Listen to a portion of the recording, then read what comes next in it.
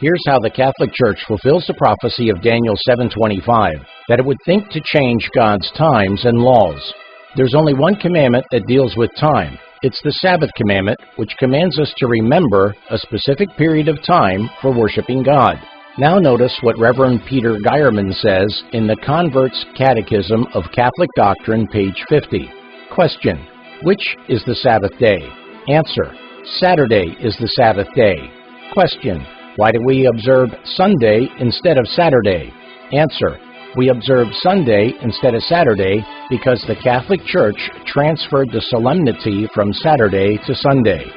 Notice, it was not God that changed the day, it was the Catholic Church, falsely teaching they have the power to change the times and laws of God. Listen to what Priest Brady said in an address reported in the Elizabeth, New Jersey News on March 18, 1903.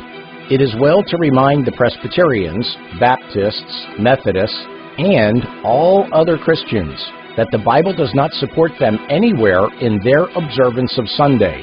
Sunday is an institution of the Roman Catholic Church, and those who observe the day observe a commandment of the Catholic Church.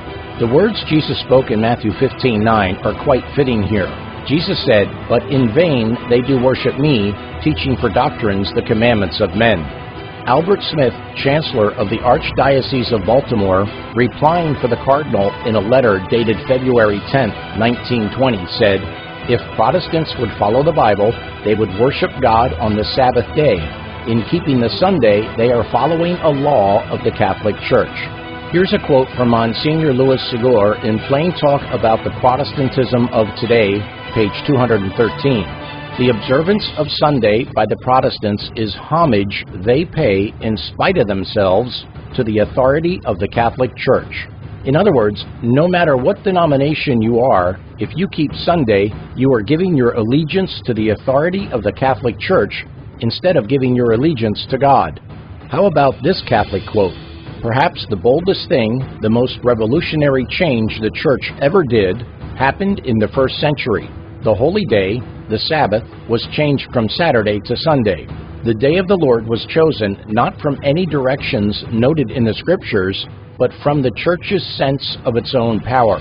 People who think that the Scriptures should be the sole authority should logically become Seventh-day Adventists and keep Saturday holy.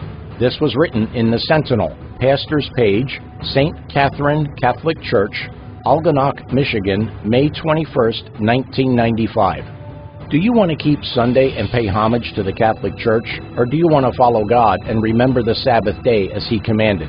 The choice should be clear, and I pray you choose to follow Jesus and worship Him on His holy seventh-day Sabbath, which always has been and always will be Saturday. God rested on the seventh day of creation, not because He was tired, but as an example for His people to follow. Jesus said in Mark 2:27, "The Sabbath was made for man." Notice, He did not say it was made for the Jews. Abraham is the father of the Jewish nation, but Abraham was born some 2,500 years after the Sabbath was given to man in creation. Therefore, the seventh-day Sabbath was given to man 2,500 years before the Jewish nation ever existed. Jesus and His disciples kept the seventh-day Sabbath, and no man on earth has the authority to change God's law. It was written by God Himself on tables of stone. Hebrews 4:1-11 says the seventh-day Sabbath still remains today.